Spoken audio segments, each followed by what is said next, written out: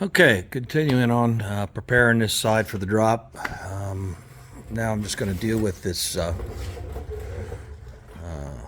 adjustment that I have to make, taking all these fasteners and moving them inboard of the actual post so that this can be pulled out in the future if it needs to be serviced. The first thing I went ahead and did was I through bolted these temporary stobs, 3/8 inch DOM tubing flattened on either end. I just tack welded it to the pinch weld, the top of the pinch weld right here, and through bolted it over here so that when I cut this dashboard stays at the right height and the right depth so that I can back engineer the fasteners from that point up. And that's what I'll be doing next. Okay, so I took the air saw and I just sliced this along the inner wall of the door post here. Now I'm going to take this flange off and I'm going to retrieve all of these hidden fasteners here, these weld nuts, so I can use them again on my arrangement, or the new arrangements I should say. Well, you may recall that I squared off this area right in here. This is the very top of where I could cap this off and make this square it up a little bit. So what I did just now is I measured the internal dimension between here across to this other point over here, and then also up from the top of the pinch weld up to just right underneath here by about 1/8 of an inch. So I've got clearance right there. And I measured that and it was 57 3/4. And then coming over here, this is my inside wall, my sheet metal. You can see my dashboard goes to here. And so measuring across, oh boy, from one side to the other, we've got about 58 and 5/8, so it's roughly 7/8 of an inch. Let's say it's an inch. Let's give us a little bit of breathing space there. So we've got to get back to, so we've got to take about, basically we've got to move in about 1/2 of an inch at the very top of this piece over here. So measuring up from the pinch weld right here and then up to this point right here, which is coincident with the underside of those A-post caps that I just showed you on that car. And it's a half, now this is the inner wall here, we're 1/2 inch in from that. That's over here. That means we're gonna have to clearance out all this material here, or else it'll interfere. So below this point though, right here, we have to taper from here and trim this much off of this inner dash over here, so it'll accommodate when we drop that body down over top of this one. There'll be no interference with pulling this dashboard out of here. So our fasteners will have to go down here and then probably somewheres in here, because after that it moves away from this inner wall. At any rate, so it's kind of what it's going to look like right there. So it's a little too wide at the top by 1/2 an inch on either side, and we got plenty of room as we work our way down once it gets beyond this point here. So that's what I'm going to start trimming out right there. All right, what I'm just getting at right now is just trimming off this portion of this inner dash structure so that eventually this will be able to pull out and be clear. But as you can see from here, this is really the height that this is all going to have to get trimmed off on in order to fit under the new windshield bed. So I have to remove all this material, which means I have to get involved with removing some of this material, digging out all this foam, cleaning all that out. That'll come a little bit later, but right now I'm just trying to resecure the dash on this side, and then we'll continue on with all the rest of this stuff. In order to know how much to carve out of the door pillar of the Challenger, I've decided to try a different method this time. Did the old hunt and peck method on the last car. It worked out okay, but it was tedious. So what I've done is I've recreated this door pinch weld for a number of reasons. One of them being that there's a slight curvature in this direction. And whereas the other one, I just cleared out the material and then later on built back the material in this direction to meet this pinch weld. I think it'll be easier if I have that material in place before I drop the body down. But at any rate, I won't confuse you with all that just now. I just was going to bring you over here and show you where I'm working and what I'm talking about. Or as you can see, this line is scribed on here now. That's the actual backside of this pinch weld. So I'll just line this up with this reference point here, and right there I'll clamp this up to that. And then what I'll do, let me just very quickly clamp it and I'll be right back. Okay, so what I have here is it's clamped to its location and matching up the pinch weld. And then I have that little profile, which is the front edge of this pinch weld, lined up right there. So this gives me an idea as it crosses over all of this metal here, where I have to trim this upper metal in order to get this, keep trimming back on an angle here to match this shape until it coincides with this taper all the way up to here at the top side.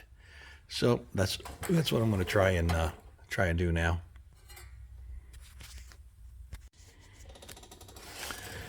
All right, in the process of using this template and whittling away, you can see that I've cut the inner metal away enough for this to slide in. Remember from last video that the objective is to get this upper point about 1/2 inch inboard of this sheet metal here, so that we take 1/2 inch out of the width side to side.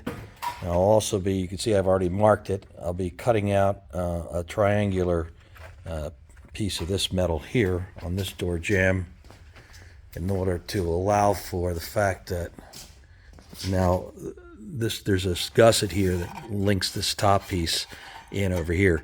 So the rest of the metal will fall inside here. In other words, the metal that's too wide, you know, up to this point, this is tapering in beyond that surface. So, but if this is cleared right here, then the rest of that metal will be able to be, you know, remain upright, vertical, as it crosses down over here. So, and that's a little bit complicated, but yeah, it's kind of hard to explain and visualize at the same time. But also trying to, as you could see with this simulating the pinch weld on the other car, give me the clearance that when I secure this dashboard here, that if it ever needs to come out, that it can be unbolted and this whole frame can come out. So I've got about, I'm going to say it's about 3/16 of an inch clearance right there between the pinch weld for the 70 Charger and this dash frame. But anyway, that's what I'm doing right now, trying to just kind of sneak up on this one here.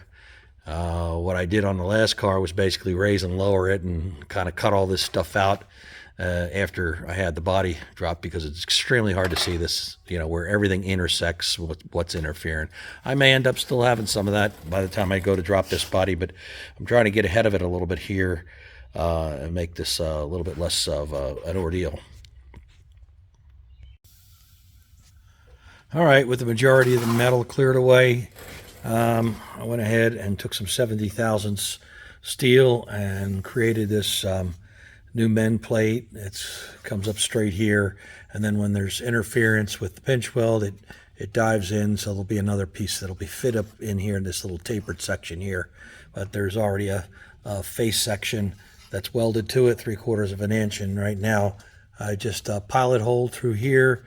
I'll take this back out, finish drilling through here with a clearance hole, and then I'll go ahead and drill these out, and I'll attach my I recovered these little attachment, these blind nuts, if you will, and I'll put those weld nuts on the back side, and I'll put the whole mess back in and weld it all up solid, and that should be the dash attachment on this side.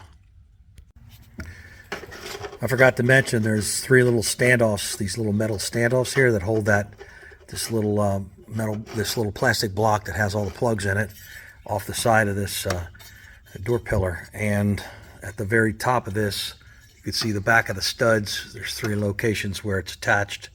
And so I've had to clearance this to make sure that I allow for that little standoff to get by this plate. So just thought I'd mention that. By the way, this is the way this hole looks. And I've drilled this out. Now I've got to put those capture nuts on the back side here. And then I'll have a good bolt up location for the dashboard. All right, the temporary braces are off now. The ones that I had tacked to this pinch weld over here. And we're bolted up to this point. This is all welded back to the car. The electrical panels back up in here. It's going to be a little tricky disguising all of this. It's going to take a little thought because this sticks out beyond the pinch weld, as you can see right here. So we'll have to do some fancy dancing there. Didn't have one of these before, so something new to deal with. So that's all nice and secure back to the car. Hopefully never has to be undone, but if it needs to be, there's two bolts there that'll let it loose. Okay, so it's time to start clearing out more of this panel here, cutting around my pocket for the rear seat belt, and then seeing what I can do about decking this out and getting this cut down.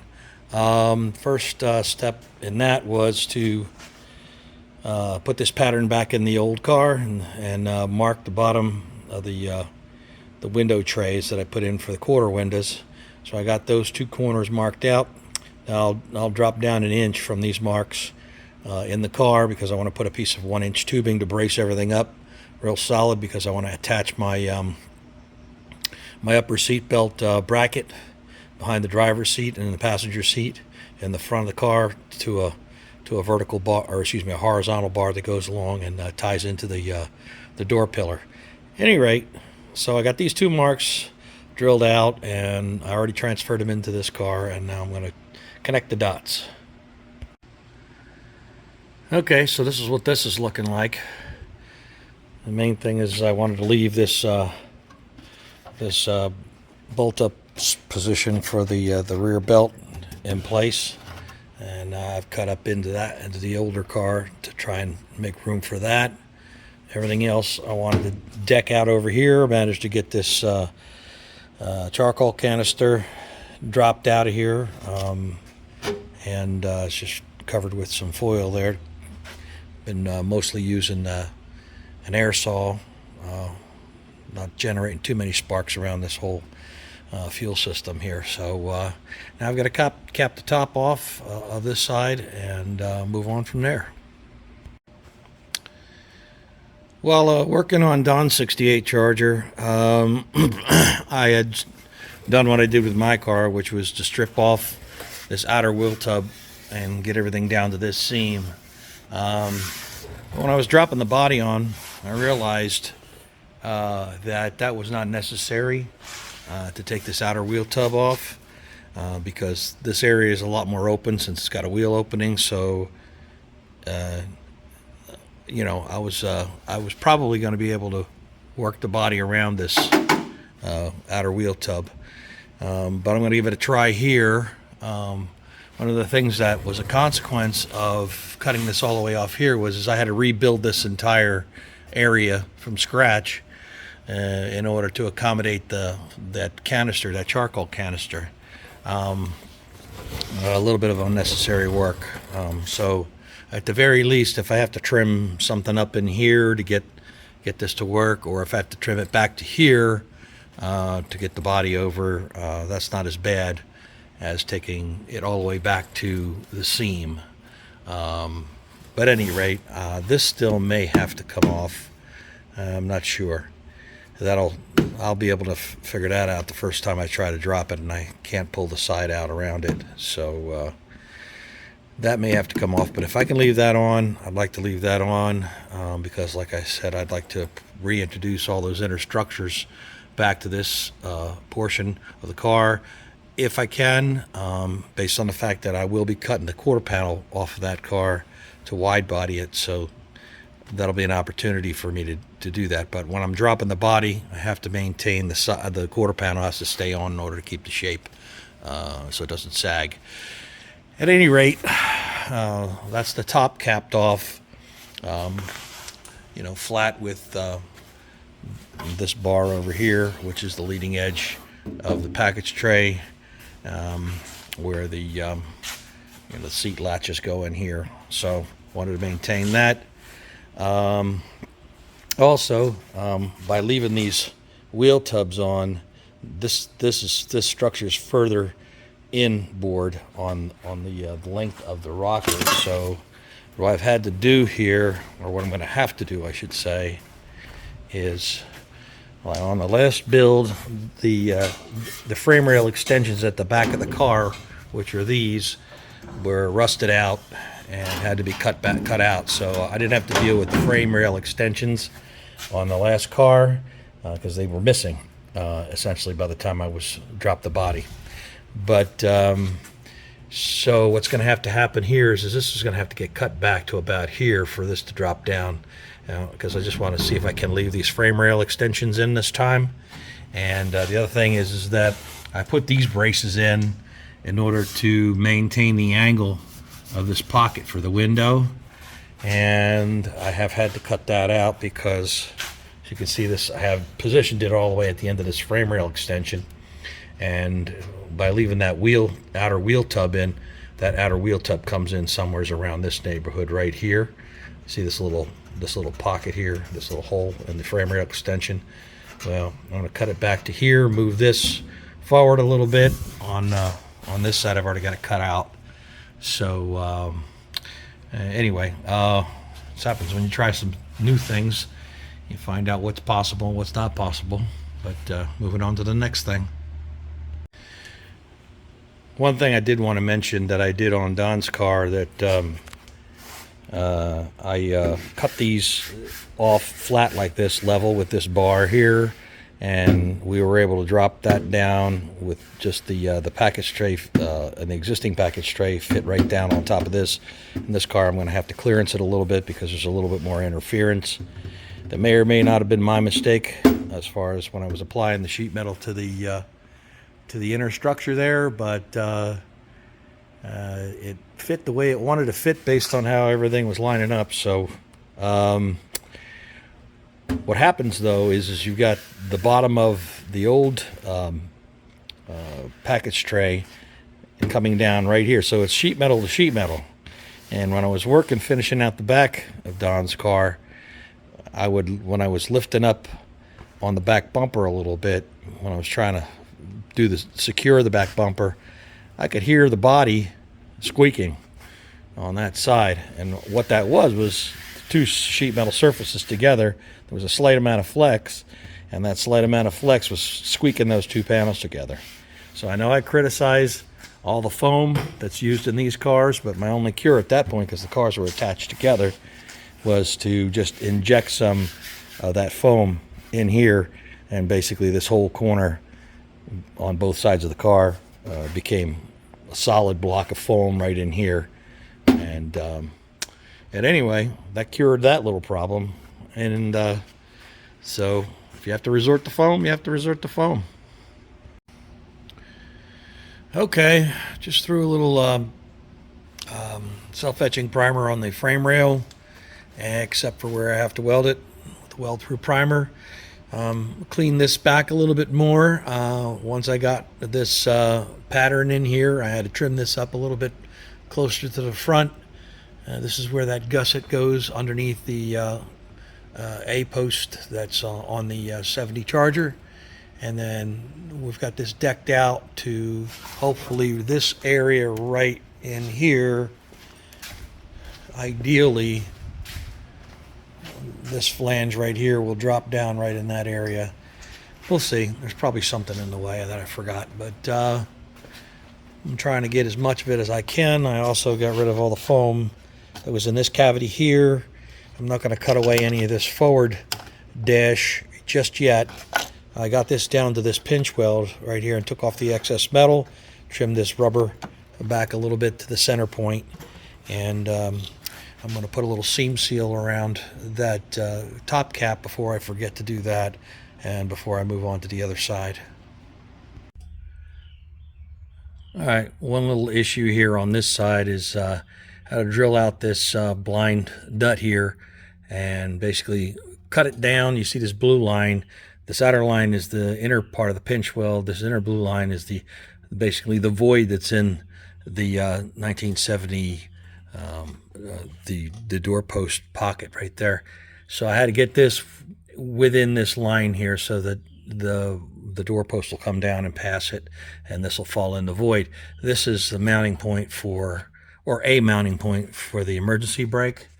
And on the back side of it, there's a rubber pad, as you can see here, so I've had to wedge that away, keep from setting it on fire. Also, I had to very carefully cut this spacer out from behind there, because this was being held against there, and of course that would just transfer the heat to this rubber and set it on fire. To slip this back in there when I rebolt the emergency brake back to this point over here. But anyway, I had to do a lot more elaborate fix on the last car, because this, for some reason or other, I got it where it was just crossing exactly over that hole. So this one here seems to be just in the right position where everything hopefully will slide past it.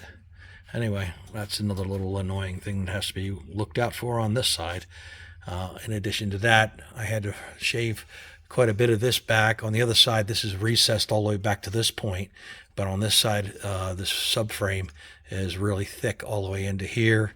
And in order to get it to pitch backwards, in order to clear my door posts, if you want to take this frame out, I had to really get into it a little bit more than I was anticipating over here. A little bit different than the last car, because it's a different dashboard and a different subframe. Okay, I just saved you watching me for 3 days doing a bunch of stuff I did on the other side. Basically clearing out for the frame rail all the way down, cutting and installing the frame rail, the pinch weld all the way along, painting everything out, removing all the rest of the material that I needed to remove from this door pillar, finishing up this little assembly that I just showed you. And now this bolts just through here and through here. That attaches the front of the frame, the dash subframe, to the car. And then I got rid of all the foam in here. There's a piece of sheet metal that had to be drilled out and pulled out here, right up to this flange, trimmed out this rubber down to that flange. I'm leaving this here for now. I don't know how much I want to cut out of this yet. I want to try and get it as close to the firewall this time as possible. What else did I do? Yeah, these side impact attenuators, this long piece it's built in a telescopic fashion right here. You see it's one bar, then another one with shear bolts, and then another piece coming through here.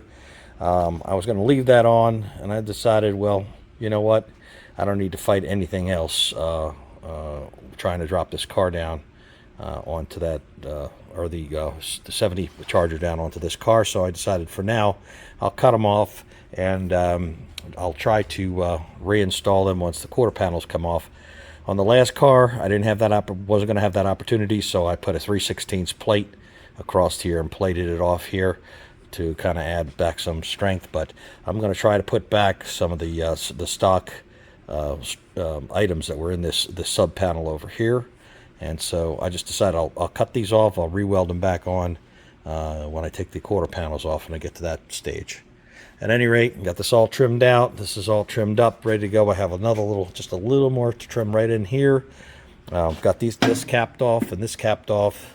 This was straight up here, so I decided to cut it and put this lean-to roof on it so that it doesn't interfere with the bottom of the quarter panel on the 70 Charger. I didn't show you me cutting out these panels on the side over here. That was earlier on in the couple weeks ago, but I cut these out. I really didn't want to, but I've got brackets to put in for the wings, and there's all kinds of jazz going on here. The fuel filler, so I just decided to take these off, but I left this flange on here in case I have an opportunity to reintroduce this panel here, because it has a mount spot for 2 electronics boxes on either side, so I'll leave that be. when I was cutting over here to trim this down and minimize this, I noticed there's a little patch here of this is a little bit sooty here underneath here, so there was an issue with a little bit of an electrical fire in the back here with this car, and that's one of the reasons it was in salvage title. But at any rate, I didn't even notice that, but you see how the paint is scorched there. So that's about everything I have to do to get this thing ready to drop the body down, and hopefully come the beginning of next week I'll be ready to do that. I had to do a little bit of more work in here. Oh shoot. And I told you I had to relocate these, cut 3 inches off this inner frame rail over here, and then move these bars in. So I relocated that, re-welded everything back up, cleaned it up, prime painted it on both sides, so then it's ready to go. I also cleared this inner corner here up another inch higher here, so that this is completely clear of the tops of my wheel tubs on the other car. And if I have to, I will build back to those wheel tubs and secure this all to the other car once it's dropped down. But for now, hopefully I've cleared out enough material that it's out of the way. I didn't want to, but I had to take my headliner pieces out on the left and right for this operation because of the fact that I'm trying to save these inner pockets for the reels for the rear seat belts. I'm sorry, and so there's a pretty large pocket here, and I wanted to make sure I could see what was going on, and the sheet metal came down over top of this area for the headliner. But at any rate, hopefully at the beginning of next week I will stop fooling around with this and get this car moved up underneath this one and start to see what other kind of issues that I might have forgot when I go to drop this thing down. But we're going to go on from here, and I appreciate everybody for watching, and I will see you on the next one.